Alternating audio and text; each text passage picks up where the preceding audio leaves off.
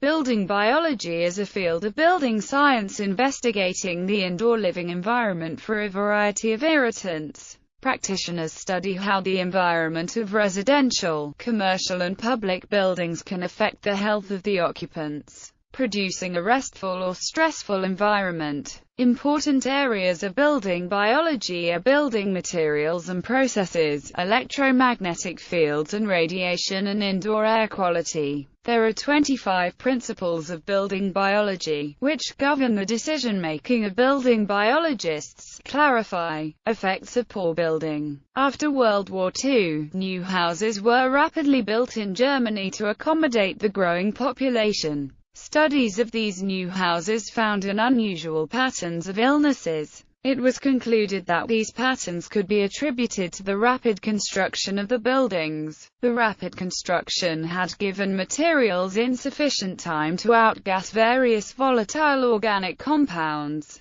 and these VOCs instead harmed the occupants. The illness is also attributable to problems with the electrical systems of the homes. From these discoveries, a study began in earnest among a few individuals to catalogue and characterize these VOCs. What emerged was a standard of Bohr biology method of testing, with recommended threshold guidelines for sleeping areas, where one is most susceptible and spends a large amount of time. A small cadre of individuals was formed, and Anton Schneider, Wolfgang Mays and the Institute for Bohr Biology and Nachhaltige Tübingen started a training system in building biology. The Building Biological Measuring Standard relies on physiological impact on biological systems when determining threshold values. This is in difference to most government standards that use thermal impact and other quantifiable measures, as advised by the relevant industries. This explains why the recommended threshold values of the Building Biological Measuring Standard are considerably lower than the values advised by government standards.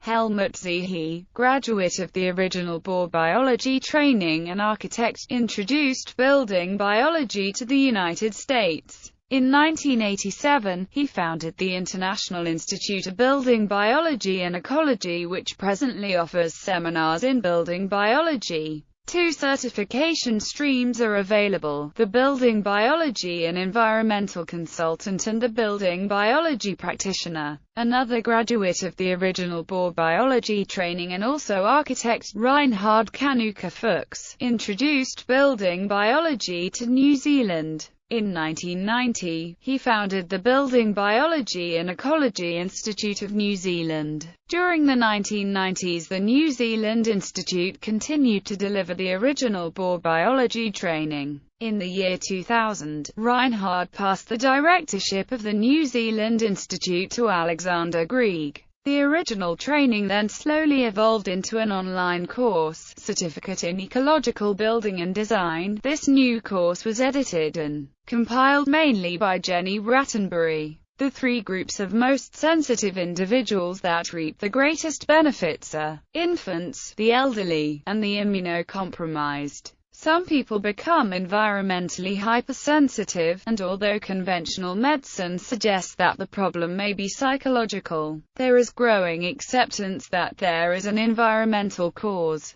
One aspect of this problem is known as multiple chemical sensitivity. Criticism. Some practices of building biology conflict with the International Building Code, which is enforced by various government agencies. Clarified. Some practitioners of building biology argue that lobbying by the insurance, building material and chemical industries keeps unhealthy building practices in legal building.